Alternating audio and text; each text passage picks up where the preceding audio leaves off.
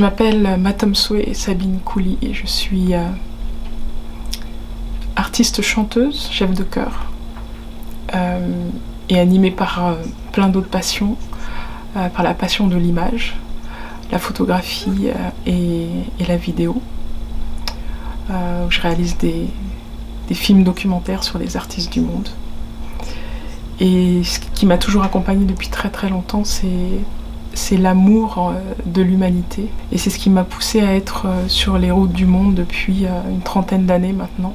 Et c'est cette passion qui m'a poussée à concrétiser ce projet de l'Afromad, qui fait partie d'un projet plus vaste qui s'appelle l'Afropolitan Nomad Project, qui consiste à faire le tour du continent africain pour aller à la rencontre d'artistes du continent, d'artistes inspirants, où le fil conducteur va être la musique, la voix, le chant, pour ensuite ouvrir sur toutes les autres disciplines. Ce projet va donner lieu à une série de portraits vidéo de personnes que je croise lors de mes traversées de pays.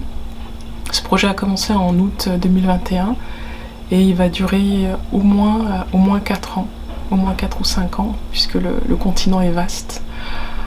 Aujourd'hui, mes traversées m'ont amené au Togo, Burkina, au Rwanda, en Tanzanie, à Zanzibar, au Sénégal, en Gambie, ensuite on continue en Casamance, en Guinée-Bissau, Guinée-Conakry, en Côte d'Ivoire. Et ça va continuer.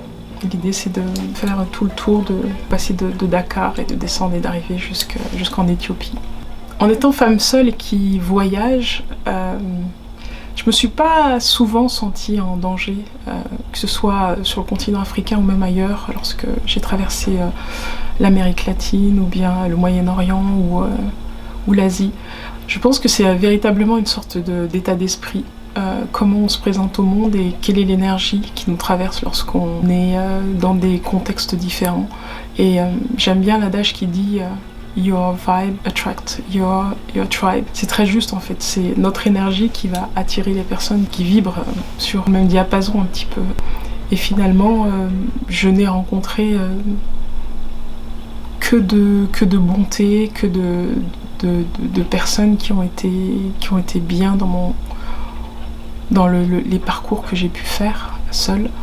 Alors il y a eu quelques fois où j'étais dans des situations où parfois un petit peu cocasses, où il faut faire marcher son cerveau reptilien pour trouver des solutions, mais de façon générale, j'ai jamais été confrontée à des situations où je me suis sentie véritablement en danger. Non, je crois que j'ai pas peur à la base, je ne prends pas non plus des risques complètement inconsidérés, mais disons que j'ai une certaine assurance, je pense, qui fait que j'ai pas de soucis sur la route, donc je touche du bois.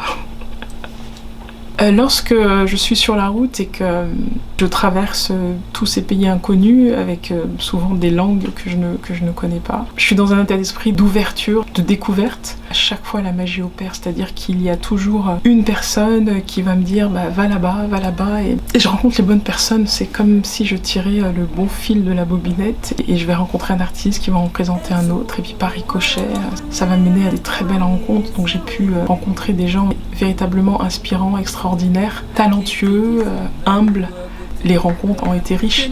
Il y a aussi cette temporalité très courte qui fait que lorsque je me trouve dans un endroit, je ne vais pas rester très longtemps. Et du coup, les rencontres se font beaucoup plus facilement, de façon beaucoup plus organique. On n'est pas à se dire on se voit dans 10 jours ou 15 jours parce que je serai déjà dans une autre ville ou un autre village. Donc le fait d'être de passage, les choses prennent plus vite.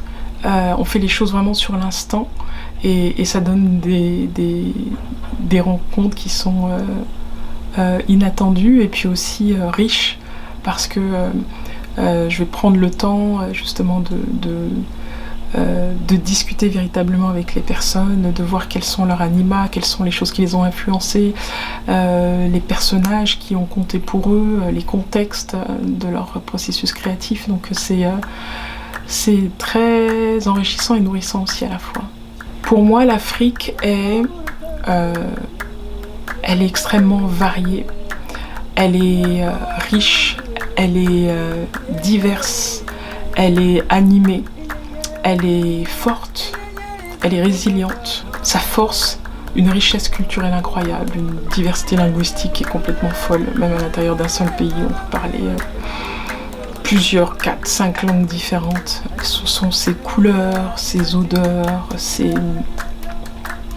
saveurs, ses codes à découvrir en fonction des lieux, en fonction des villages, des villes. C'est un ensemble qui ne se ressemble pas d'est en ouest, de nord au sud, avec des spécificités qui sont propres à chaque pays. Donc je dirais que c'est un foisonnement de beaucoup de similitudes dans plein de domaines. Pour l'instant, je ne me lasse pas de tout ce que je peux vivre sur le continent.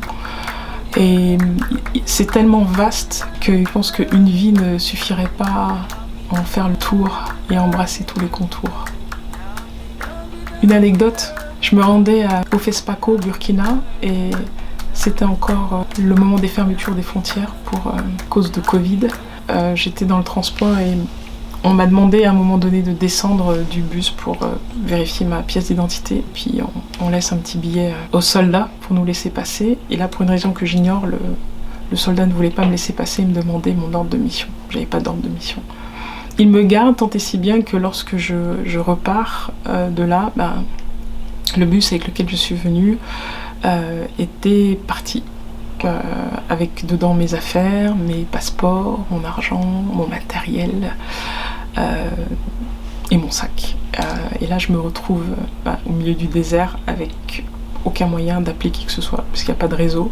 Je suis quelque part entre le sud du Burkina, le nord-ouest du Ghana et le nord-ouest du Togo, une sorte de no man's land. Et là j'avoue quand même que j'ai un peu paniqué, parce que je me suis dit comment je vais faire sans argent, sans rien.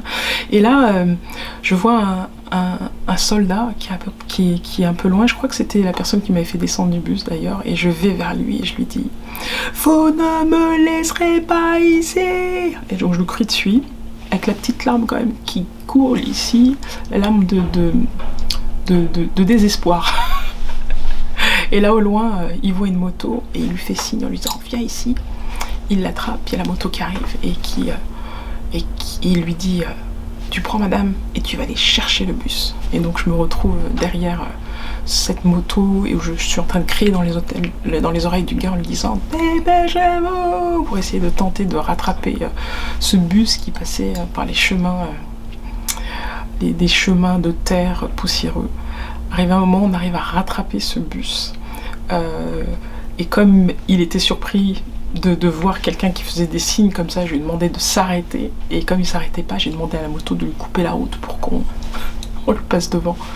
Et une fois passé devant, je descends et là je monte. Et là je gueule en disant « Vous laissez des femmes en plein milieu du désert, honte à vous !» Je me retrouve avec 50 gars qui disent « On parle pas au chauffeur !» Et je me tourne vers eux en disant « Vous êtes une bande de lâches ! Vous laissez une femme en plein milieu du désert et vous dites homme, mari, c'est ça ?